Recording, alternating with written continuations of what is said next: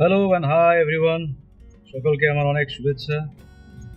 আজকে আমার খুব বিশেষ দিন। দীর্ঘ প্রায় 22 বছর ধরে আমার সাথে বা আমাদের ফ্যামিলির সাথে থাকা আমাদের একটি খুব বিশেষ, খুব কাছের একটি জিনিসের সাথে আমাদের সম্পর্ক শেষ হতে চলেছে। তো সেদিক দিয়ে একটা খুব ইমোশনাল দিন।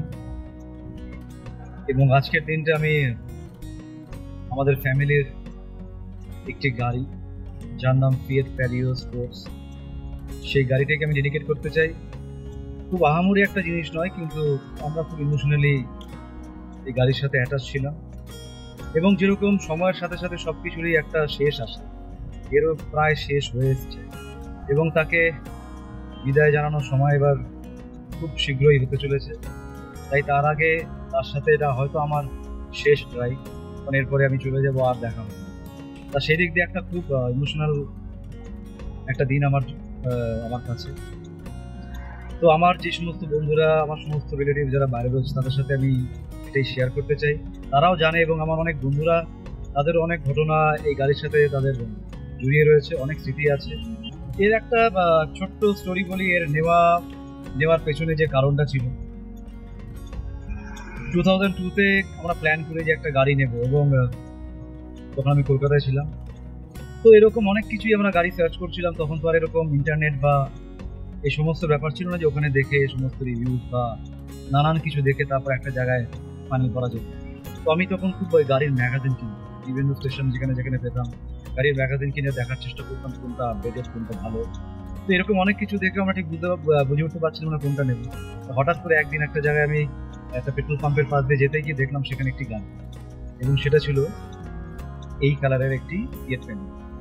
ওটা দেখে আমার এত ভালো লাগলো, মানে আমি তখন আর কিছু ভাবিনি যে এই গাড়ির সার্ভিস সেন্টার আমি শিলিগুড়িতে পাবো কি পাবো না, বা এসব কিচ্ছু ভাবিনি, কোনো সেকেন্ড থটই ছিল না।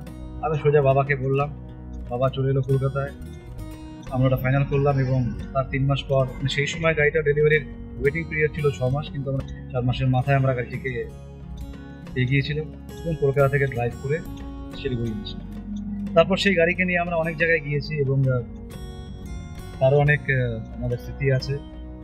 আর গাড়ির সব থেকে আমাদের এখন নয় কত সেফটি ফিচার বা এইসব কিছু দেখি, যেটা সব থেকে ভালো লেগেছিল সেটা হচ্ছে গাড়ির বিল্ড কোয়ালিটি, গাড়ির ওয়েট, আর গাড়ির যে লুকস।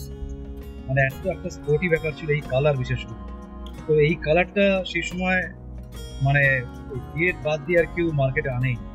এবং বলা যেতে পারে এই কালারটা আসার পর থেকেই বিভিন্ন ব্র্যান্ড যারা, তারা আস্তে আস্তে এরকম কালারফুল গাড়ি আনতে শুরু করে এবং মার্কেটে সেগুলো এখন তো খুব বেশি পপুলার, তাদের অনেক মডেলের ক্ষেত্রে সিগনেচার কালার হয়ে গেছে। তো গাড়ির এত বছর চালানোর পর, এত বছর সাথে থাকার পর যা হয়, সব কিছুই সমস্যা থাকে। এই গাড়ির এখন অনেক প্রবলেম আছে, কিন্তু প্রবলেম থাকা সত্ত্বেও যখন গাড়িটি চলে তখন মনে হয় যে এর থেকে ভালো বোঝার কিছুই নেই। তো হয়তো যখন ছিল তখন আমরা এর মূল্যায়ন করতে পারিনি, আর এখন যখন সময় হয়ে এসেছে আমরা বুঝতে পারছি যে সত্যি এটা কত ভালো। এবার বিভিন্ন গাড়ি যখন চুজ করছি তখন শুধু এটার সাথেই কম্পেয়ার করছি যে এটার মতন বোধহয় শক্ত নয়, এটার মতন বোধহয় না, কোথাও না কোথাও এই জিনিসগুলো পাচ্ছি না, কিন্তু তার সত্ত্বেও আমাদেরকে মানিয়ে নিতে হচ্ছে। আর তাই যাওয়ার আগে এই গাড়িটাকে নিয়ে আমার খুব ইচ্ছে হলো আমি একটা লাস্ট ড্রাইভে যাই। তো সেই দিনটা আজকে। বাকি তোমরা সবাই ভালো থেকো, লাইফটাকে এনজয় করো, আর যেটা যখন তোমাদের কাছে থাকবে সেটার ভ্যালু তোমরা দাও। ছিল আমার মতন যেন না মনে হয় যে যখন ছিল তাকে গুরুত্ব দিলাম না, আজকে মনে হচ্ছে তার ইম্পর্টেন্স। তাই সবার সাথে হয়তো আবার দেখা হবে।